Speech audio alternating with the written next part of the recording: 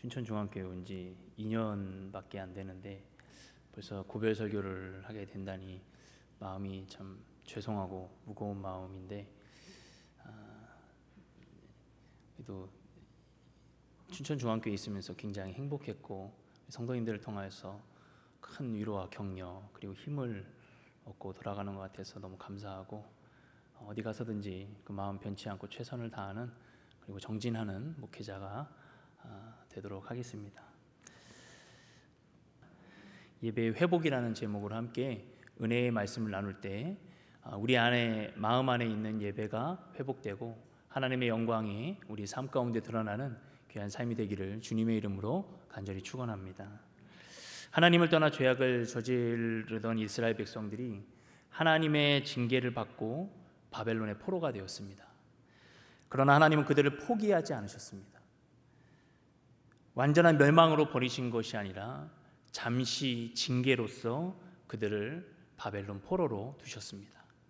하나님은 그분의 긍휼과 사랑으로 그 이스라엘 백성들을 다시 회복시키셨습니다. 오늘 우리가 읽은 에스라서의 그 시점을 보면은 어떻습니까?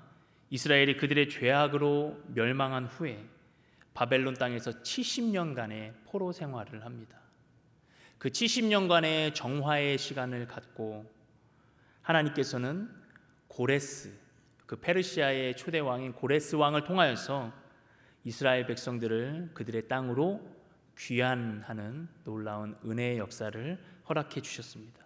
이 에스라서가 그 시점에 쓰여진 그런 그 시대를 반영하고 있는 성경입니다. 그리고 포로에서 귀환한 백성들은 다시는 우리가 이런 아픔을 겪지 말자, 다시는 우리가 하나님의 말씀을 거역하고 죄 가운데 행하는 백성이 되지 말자는 다짐을 합니다. 그렇다면 그들이 무엇을 했을까요? 그들의 마음 가운데 하나님이 원하시는 것이 무엇인가, 하나님이 기뻐하시는 것이 무엇인가에 대해서 귀한 백성들은 끊임없이 생각했습니다. 하나님이 기뻐하시는 것이 무엇일까? 그것은 바로 하나님이 가장 영광 받으시는, 하나님이 가장 기뻐하시는 영적 교제, 예배의 회복에 있다는 것을 그들은 깨달았습니다. 그런데 진정한 예배를 드리기 원하는 이스라엘 백성들 안에는 걸림돌이 있었어요. 그것은 바로 예배를 주관하는 제사장들의 문제였습니다. 제사장들에게는 예배를 주관하는 그 특권, 그 의무, 그리고 그 사명을 하나님께서 그들에게 주셨습니다.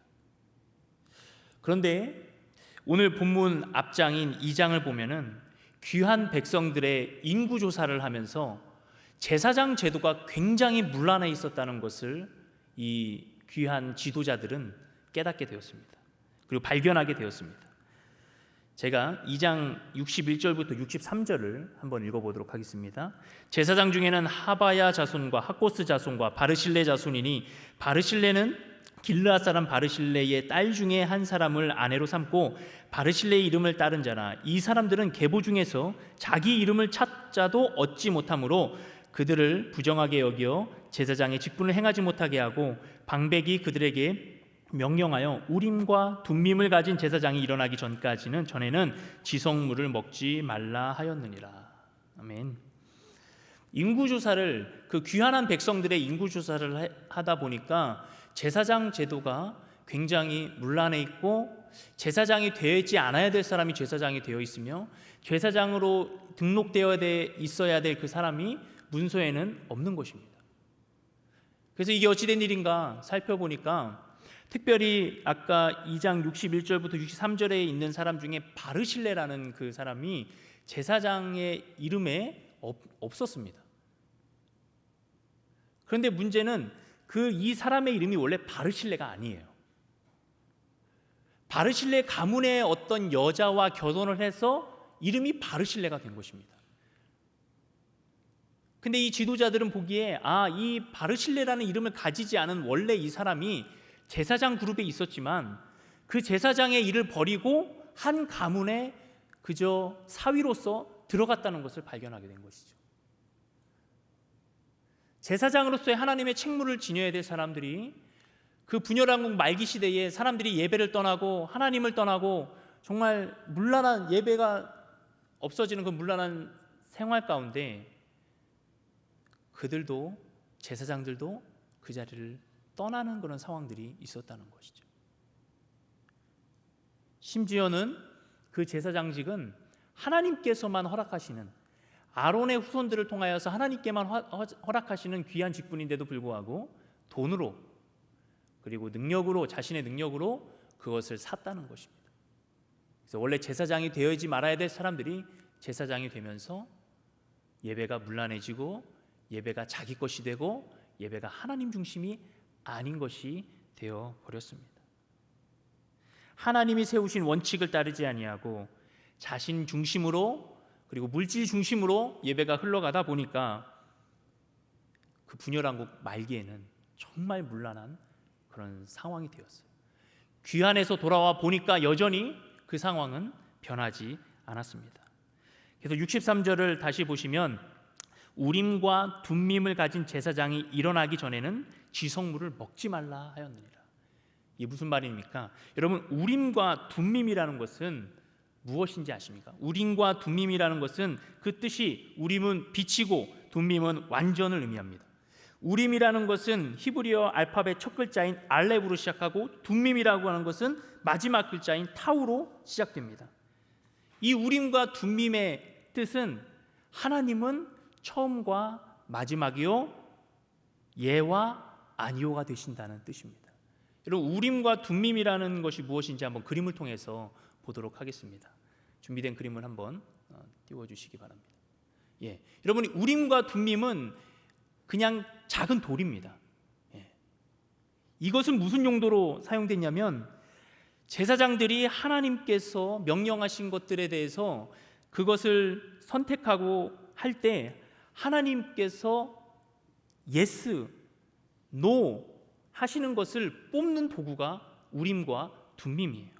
그래서 우림을 뽑으면 예스고 둠밈을 뽑으면 노입니다. 그래서 대제사장들은 하나님께 맡기면서 이것을 선택하는 거예요. 자기의 뜻이 아니라 하나님께서 이것을 선택하셨다고 믿고 그들은 이 뽑힌 대로 하나님의 뜻을 수행하였습니다. 그래서 제사장들은 항상 그 에봇이라는 예복을 입을 때 이 흉패 안에 우림과 둠밈이라는 저 작은 돌을 항상 가지고 있었어요. 그래서 이것은 하나님의 뜻으로 이루어지는 것이다 라는 그런 징표로서 그들이 진짜 제사장이냐 진짜 제사장이 아니냐를 구분할 수 있었습니다. 그것이 그리고 하나님의 뜻이냐 하나님의 뜻이 아니냐라는 것을 알게 되었어요. 정통적인 방법이에요. 하나님은 올바른 제사장들을 통하여서 응답하셨다는 것입니다. 그러므로 이 귀한 지도자들은 우림과 둠밈을 가진 대제사장, 하나님의 뜻을 온전히 행하는 제사장이 일어나 그 하나님의 법에 의거해서 진짜 재판을 하고 결정을 하고 판단을 하기까지 그들은 예배를 드릴 수가 없었다는 것이죠. 다시 말해 하나님과의 영적 질서가 바로 세워지지 않고서야 예배를 드릴 수가 없었던 것입니다. 그래서 이 제사장 제도를 정비하고 우림과 둠밈을 가진 제사장들, 진짜 제사장들, 하나님이 세우신 제사장들을 세우고 바로잡고 하기까지 그들은 이 영적인 질서를 잡는 것을 최선을 다했어요. 솔로몬 성전이 무너지고 절대 무너지지 않을 것 같은 다윗 왕조가 멸망하는 것을 보면서 그들의 마음속에는 진짜 중요한 것이 무엇인가? 점점 생각이 바뀌었습니다. 하나님과의 인간 사이의 바른 질서가 무너지면 아무리 보기 좋은 예배도, 아무리 크고 화려한 성전도, 아무리 강력한 왕조라도 무너질 수밖에 없다는 것을 70년의 포로 생활을 하고 돌아온 귀한 백성들, 그 지도자들은 깨달은 것이죠. 하나님과의 영적 질서가 우선이구나, 하나님과의 바른 관계가 우선이구나 라는 것을 점점 깨닫게 되는 것입니다. 영적 질서는 태초부터 하나님께서 정하신 것입니다. 하나님께서 주신 말씀 가운데 성경 첫 구절이 뭐죠? 태초에 하나님이 천지를 창조하시니라. 하나님으로부터 모든 만물이 창조되었습니다. 하나님께서는 무에서 유를 창조하셨어요. 무에서 유를 만드셨어요. 그리고 동시에 무질서에서 질서를 놓으셨습니다. 창세기 1장 2절을 보면 땅이 혼돈하고 공허하며 흑암이 깊음 위에 있고 하나님의 영은 수면 위에 운행하시니라. 아멘. 땅이 혼돈하고 공허하며 흑암이 깊음 위에 있는 혼돈과 무질서 가운데 하나님께서는 하나님의 영을 수면 위에 운행하시면서 하나님의 창조의 질서를 놓으신 것입니다. 창조로 시작된 무질서에서 질서로 놓여지는 그런 상황 가운데 하나님께서는 세상을 바르게 하나님의 영적 질서로 세워 놓으신 것이죠. 이 질서의 근본은 무엇입니까?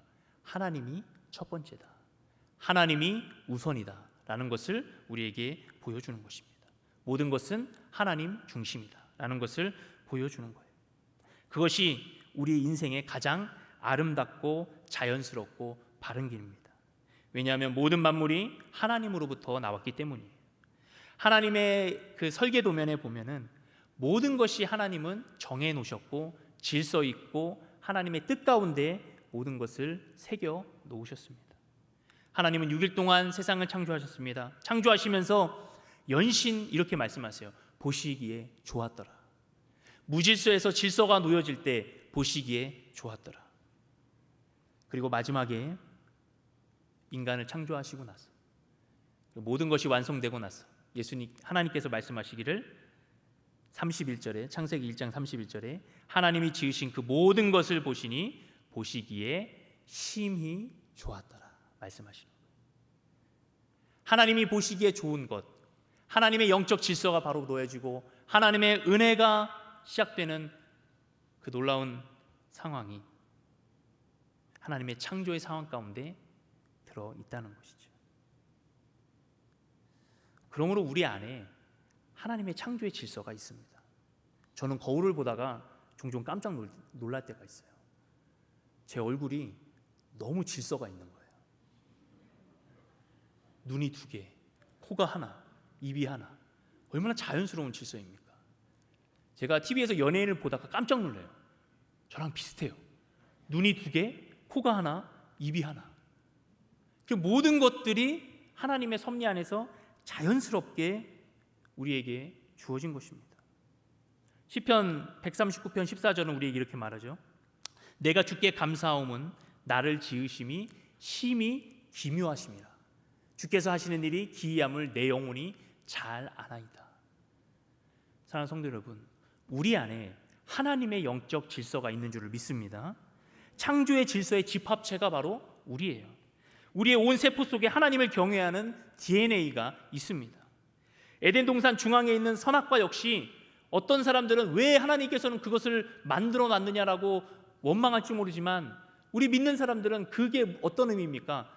하나님과의 영적 질서.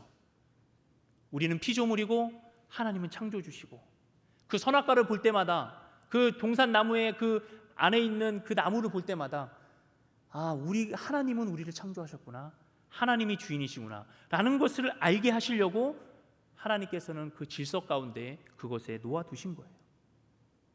호세아 선지자는 죄악 가운데 빠진 이스라엘 백성들에게 뭐라고 말씀합니까? 여호와께로 돌아가자. 그러나 이스라엘 백성들은 끝까지 교만했습니다. 수많은 선지자들을 보내서 하나님은 관계 회복을 원하셨고 하나님의 영적 질서를 바로잡으려고 노력했지만 하나님을 향한 제사와 번제, 예배도 있고 율법도 있고 성전도 있는데 무엇이 문제냐라고 표면적인 것을 가지고 이스라엘 백성들은 교만해졌습니다. 그러나 그 모든 것이 표면적인 것이고 하나님 중심은 아니었고 다 자기 중심이었어요. 하나님을 이용하여서 자신을 배불리는 행위였습니다. 하나님이 진정 원하시는 것이 아니었어요. 여러분, 하나님을 모르고도 제사와 번제 할 수 있습니다. 하나님을 모르고도 교회 나올 수 있습니다. 하나님을 모르고도 예배 드릴 수 있습니다. 그러나 하나님은 말씀하십니다. 호세아 6장 6절에 나는 인애를 원하고 제사를 원하지 아니하며 번제보다 하나님을 아는 것을 원하노라. 아멘. 하나님은 우리가 하나님을 알기를 원하시는 거예요. 우리가 하나님을 통해 얻는 모든 것보다 하나님을 얻는 것이 더 귀한 줄 믿습니다. 하나님은 우리가 하나님 그분을 우리의 삶의 중심에 모시기를 원하시는 거예요. 사랑하는 성도 여러분, 우리의 삶이 얼마나 질서 있는 것처럼 보이는지 우리의 삶을 한번 돌아보시기 바랍니다. 나름대로 삶의 질서를 유지하고 살아가실 것입니다. 그러나 그것이 하나님이 보시기에 좋았더라라는, 하나님이 보시기에 힘이 좋았더라라는 하나님의 창조 중심의 질서인지, 아니면 내가 원하는 내 삶의 중심의 질서인지를 우리는 늘 점검해야 될 줄을 믿습니다. 내가 세운 중심에는 하나님이 없어요. 누가 왕노릇하는 것입니까? 내가 왕노릇하는 것입니다.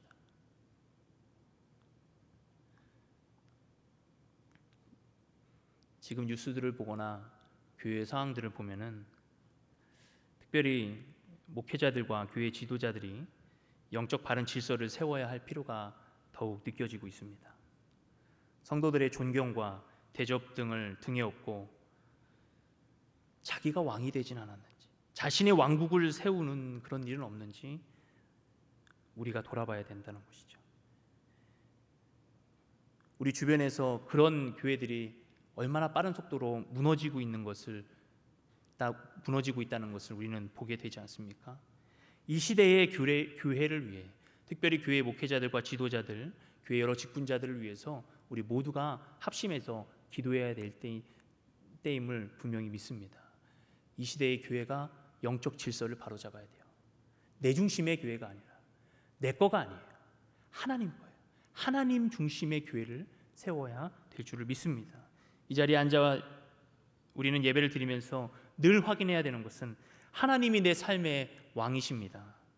내 삶의 보좌의 주인은 바로 하나님이십니다 라는 마음의 고백, 삶의 고백이 있어야 될 줄을 믿습니다.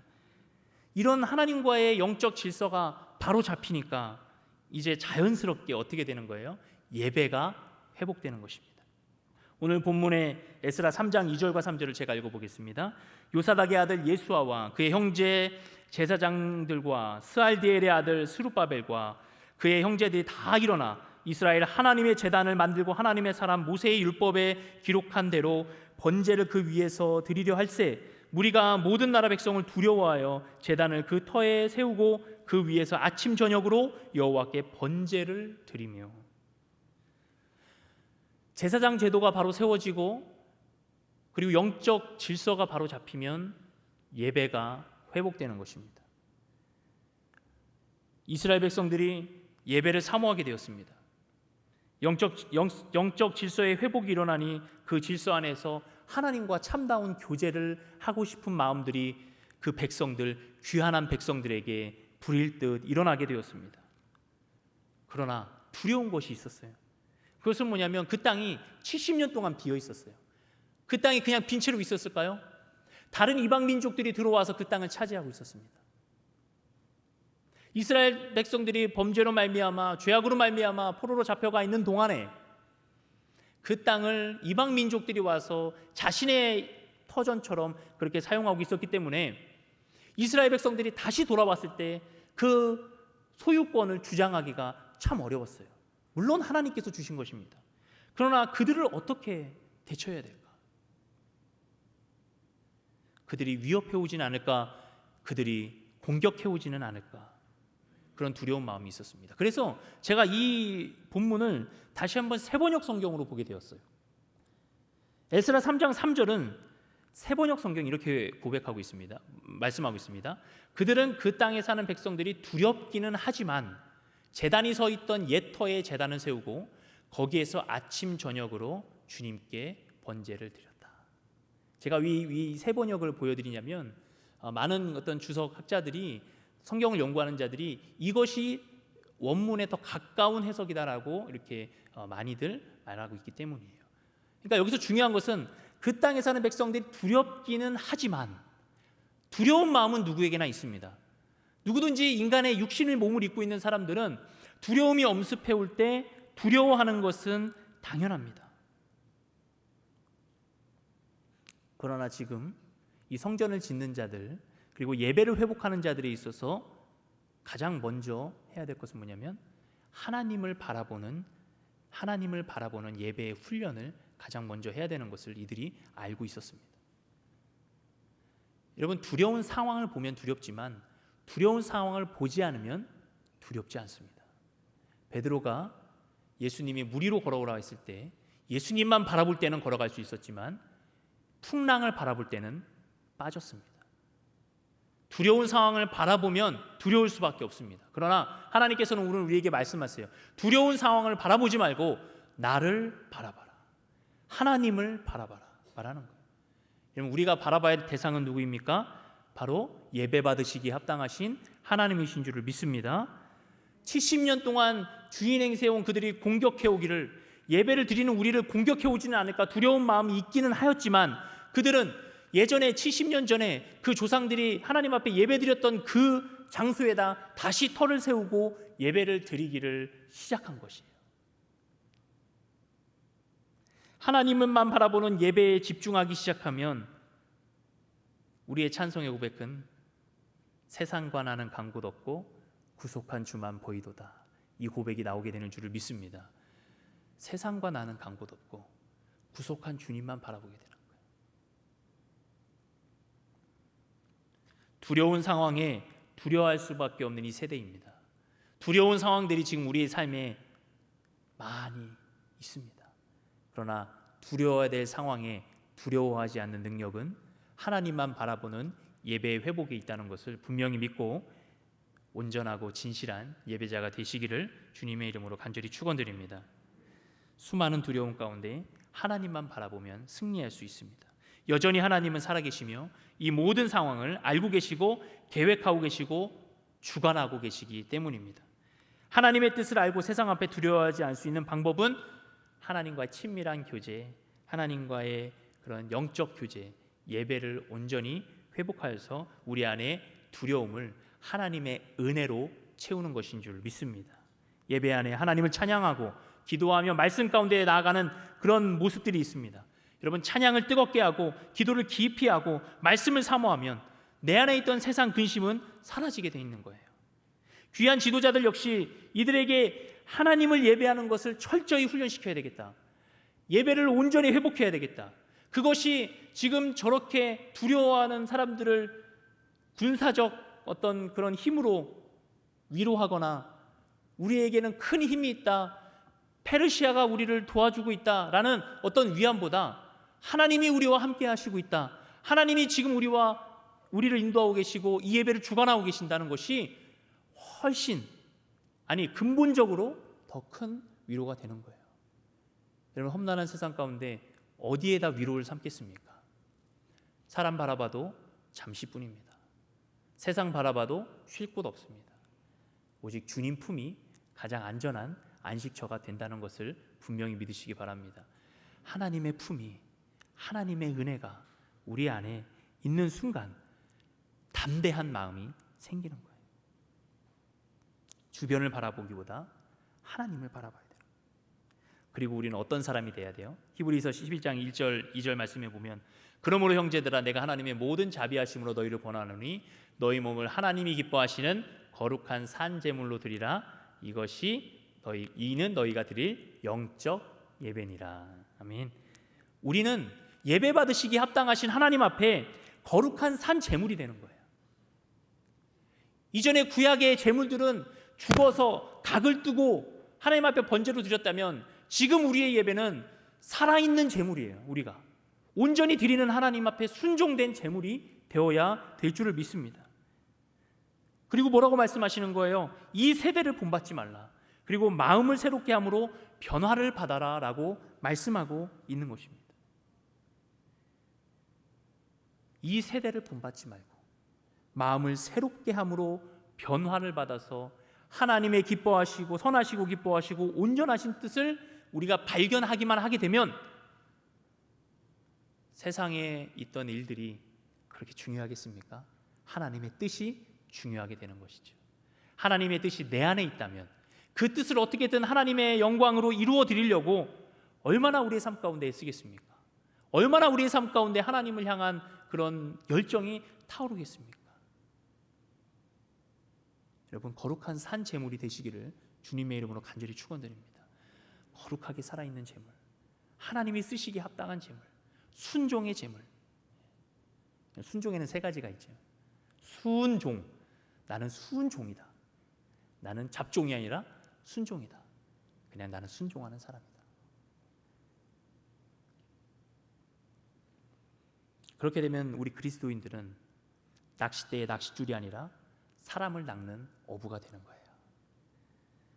맛을 잃은 소금이 아니라 세상의 소금이 되는 것이고, 꺼져가는 등불이 아니라 세상의 빛이 되는 것입니다. 그리고 잘 돌아가는 기계가 되는 것이 아니라 추수할 일꾼이 되는 거예요. 여러분, 우리의 삶에 수동적인 그런 예배의 삶이 되지 않기를 바랍니다. 그냥 주어지기 때문에 드리는 것이고 주어지기 때문에 내가 해야 되는 것이 아니라 능동적이고 자발적으로 하나님 앞에 거룩한 일꾼이 되며 사람을 낚는 어부가 되고 세상의 소금이 되고 세상의 빛이 되고 추수할 일꾼이 되어서 두려움으로 가득 찬 이 세대에 하나님의 영광의 도구가 되시기를 간절히 축원드립니다. 지금 이 시대에도 하나님은 사람을 찾고 계시는 거예요. 어떤 사람을 보낼까? 어떤 사람을 내가 사용할까? 하나님은 지금도 하나님의 사람들을 캐스팅하시는 거예요.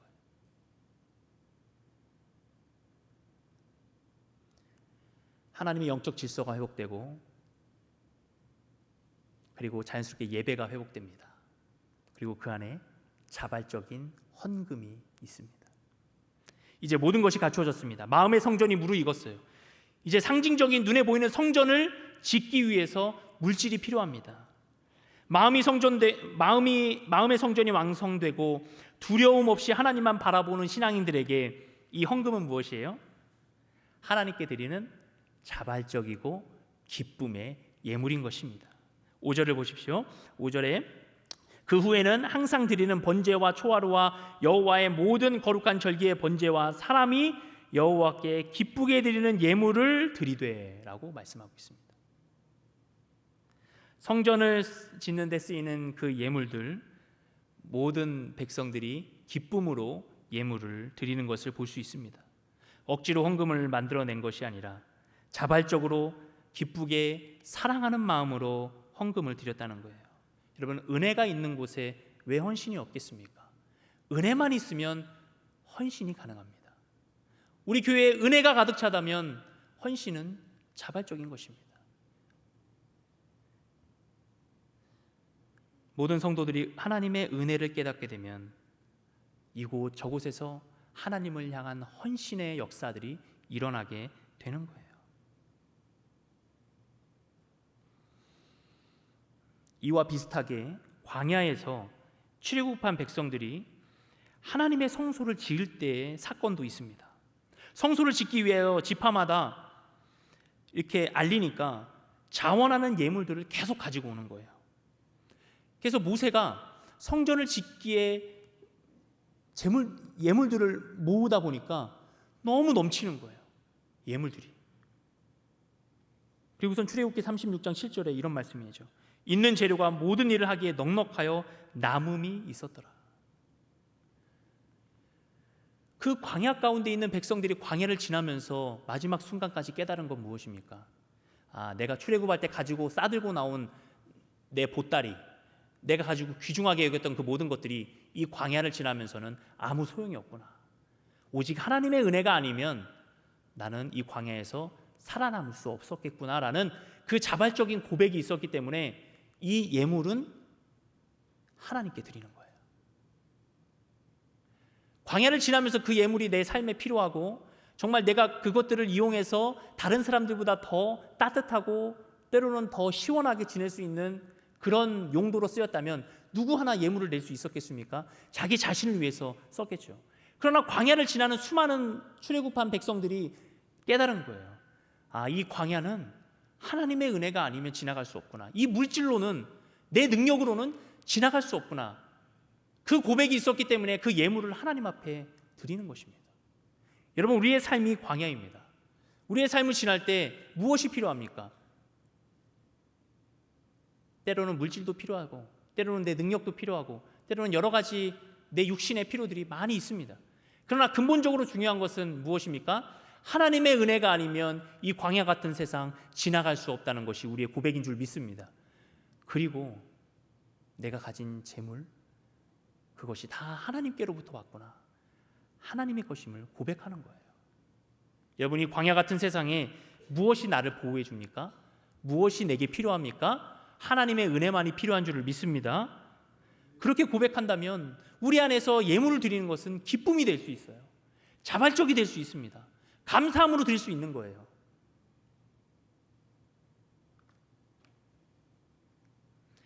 지금 포로에서 귀환한 이 백성들도 하나님의 영적 질서가 새롭게 세워지고 예배가 회복되는 모습을 통해서 마음의 성전이 무르익었습니다. 이제 성전을 짓는 일은 아무것도 아닌 거예요. 이미 성전은 그 마음 안에서 완성이 되었어요. 하나님이 원하시는 것이 무엇인가 그들이 깨달았어요. 보이는 것이 중요한 것이 아니라 마음의 변화가 중요하구나. 보이는 것이 중요한 게 아니라 하나님의 은혜가 중요하구나. 이걸 깨달으니까 그들이 드린 예물로 성전을 짓기 충분했던 거예요. 그리고 성경은 우리에게 뭐라고 말씀하십니까? 고린도전서 3장 16절에 너희는 너희가 하나님의 성전인 것과 하나님의 성령이 너희 안에 계시는 것을 너희가 계시는 것을 알지 못하느냐. 하나님은 우리가 성전이라고 말씀하세요. 이 건물이 성전이 아니라 우리가 성전이라고 말씀하시는 거예요. 베드로전서 2장 9절에는 그러나 너희는 택하신 족속이요 왕같은 제사장들이요 거룩한 나라요 그의 소유가 된 백성이니 이는 너희를 어두운 데서 불러내어 그의 기이한 빛에 들어가게 하신 이의 아름다운 덕을 선포하게 하려 하심이라. 이미 하나님은 우리 안에 계시며 우리를 택하신 족속이요 왕같은 제사장이요 거룩한 나라요 소유된 백성으로 세워주셨습니다. 우리 안에 모든 게 다 있어요. 내가 변하면 모든 것이 변하는 거예요. 다른 사람이 변할 것을 기대하기보다 내가 변하면 다 달라 보이는 거예요. 내 마음 안에 마음의 성전이 회복되고 내 마음 안에 하나님의 영적 질서가 회복되면 내가 보는 눈이 달라지는 거예요.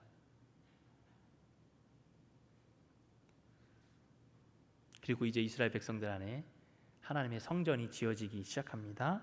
3장 10절에 보면 건축자가 여호와의 성전의 기초를 놓을 때에 제사장들은 예복을 입고 나팔을 들고 아삽 자손 레위 자손들은 재금을 들고 서서 이스라엘 왕 다윗의 규례대로 여호와를 찬송하되 찬양으로 화답하며 여호와께 감사하며 이르되 주는 지극히 선하심으로 그의 인자하심이 이스라엘에게 영원하시도다 하니. 기초를 놓으면서 성전의 기초를 놓으면서 이미 마음 안에 있는 성전의 고백을 하는 거예요. 여호와께 감사하며 주는 지극히 선하심으로 그의 인자하심이 이스라엘에 영원하시도다. 그 고백을 드리면서 성전의 기초를 놓는 거예요. 그렇다면 그 성전이 얼마나 아름답게 지어지겠습니까? 얼마나 그 안에서 드리는 예배가 하나님이 받으시는 예배가 되겠습니까? 몇몇 그 포로 이전에 이스라엘을 솔로몬 성전을 경험했던 그 몇몇 어른들은 지금 이 기초가 놓여질 때 대성통곡해요. 왜냐하면 솔로몬 성전에 비하면 지금 이 성전, 귀한 백성들이 놓는 성전은 보잘것없거든요. 초라하거든요. 솔로몬의 그 금으로 지은 성전에 비하면 정말 초라한 기초예요. 그러나 이들이 울면서 고백하는 것은 무엇입니까? 하나님, 다시는 우리가 이런 죄 가운데 빠지지 않게 하여 주옵소서. 다시는 우리가 그 길로 돌아가지 않겠습니다. 하나님께서 보시는 성전은 솔로몬 성전의 화려함보다 지금 초라하지만 재료는 많이 없지만 귀한 백성들이 서로 예물을 모아서 작게나마 지어지는 그 성전의 기초는 하나님이 더 귀하게 보시는 거예요. 여러분, 우리를 귀하게 보시는 하나님은 무엇을 귀하게 보실까요? 우리의 외면과 우리의 자랑과 우리의 어떤 대단한 것들을 보실까요? 하나님은 우리 마음에 하나님이 중심이 되시는가를 보는 거예요. 이제 이 성전은 학개서에서 말하기를 이전 영광이 나중 영광이 이전 영광보다 크리라 라고 하나님이 말씀해 주시는 거예요. 솔로몬의 영광보다, 솔로몬 성전의 영광보다 지금 죄에서 깨닫고 회복한 이스라엘 백성들의 영광이, 하나님이 받으시는 영광이 더 크다고 말씀하시는 거예요. 사랑하는 성도 여러분, 우리는 인생에 더 이상 신앙에 있어서 후회의 눈물을 흘리시지를 않기를 간절히 축원드립니다. 울 때 세상을 향해서 울기보다 하나님을 향해서 우시기를 바랍니다. 하나님은 그 울음소리를 기억하시는 거예요. 그 울부짖음의 회개와 그 울부짖음의 돌이킴을 하나님은 받으시는 거예요. 그래서 다시는 우리 눈에서 후회의 눈물, 다시는 그런 눈물을 흘리지 않도록 우리를 이끌어 주시는 것입니다. 오늘 말씀 가운데 첫째, 내 삶에서 하나님과 영적 질서가 바로잡혀야 됩니다. 둘째, 나를 산 제물로 드리는 영적인 예배가 회복되어야 됩니다. 현장 예배이건 지금 우리가 함께 드리고 있는 이 온라인 예배이건 영적 질서는 하나님의 주권이 드러나는 모든 곳에 세워질 수 있습니다. 나라를 구성하는 3요소, 국민, 영토, 주권, 가장 중요한 게 무엇일까요? 주권입니다. 국민이 있고 영토가 있어도 주권이 빼앗긴 나라는 아무것도 할 수 없는 나라가 되는 거예요. 그러나 국민은 적고 영토는 비록 부족해도 하나님의 주권이 살아있으면 그 나라는 하나님의 나라가 되는 줄을 믿습니다. 우리 마음의 나라 안에, 우리 인생의 나라 안에, 우리의 삶의 나라 안에 하나님의 주권이 살아있는 그런 백성들, 하나님의 놀라운 은혜를 경험하는 우리의 삶이 되기를 간절히 바랍니다. 두려움을 주는 이 세대 가운데 하나님의 뜻을 분별하고 두려움 없이 담대하게 살아가는 예배자들을 하나님은 지금도 찾고 계시는 거예요. 오늘 예배위원회 헌신 예배를 드리는데 오늘 예배위원회 모든 임원들과 실행위원들이 이 영적인 예배를 세우는 거룩한 하나님의 통로가 되시기를 주님의 이름으로 간절히 원합니다. 그리고 더불어 이 자리에서 그리고 온라인으로 예배를 드리는 모든 우리 성도들이 하나님의 영적 질서를 바로 세우고 예배를 회복하며 이 두려운 시대에 하나님을 두려워하고 하나님을 경외함으로 세상과 싸워서 세상의 가치관들과 싸워서 승리하는 거룩한 주의 백성들이 되시기를 주님의 이름으로 간절히 축원합니다. 춘천중앙교회에 와서 목회자들과 성도님들 만나 예배드리고 동역하고 교제하며 섬기고 나누는 것에 진심으로 행복했습니다.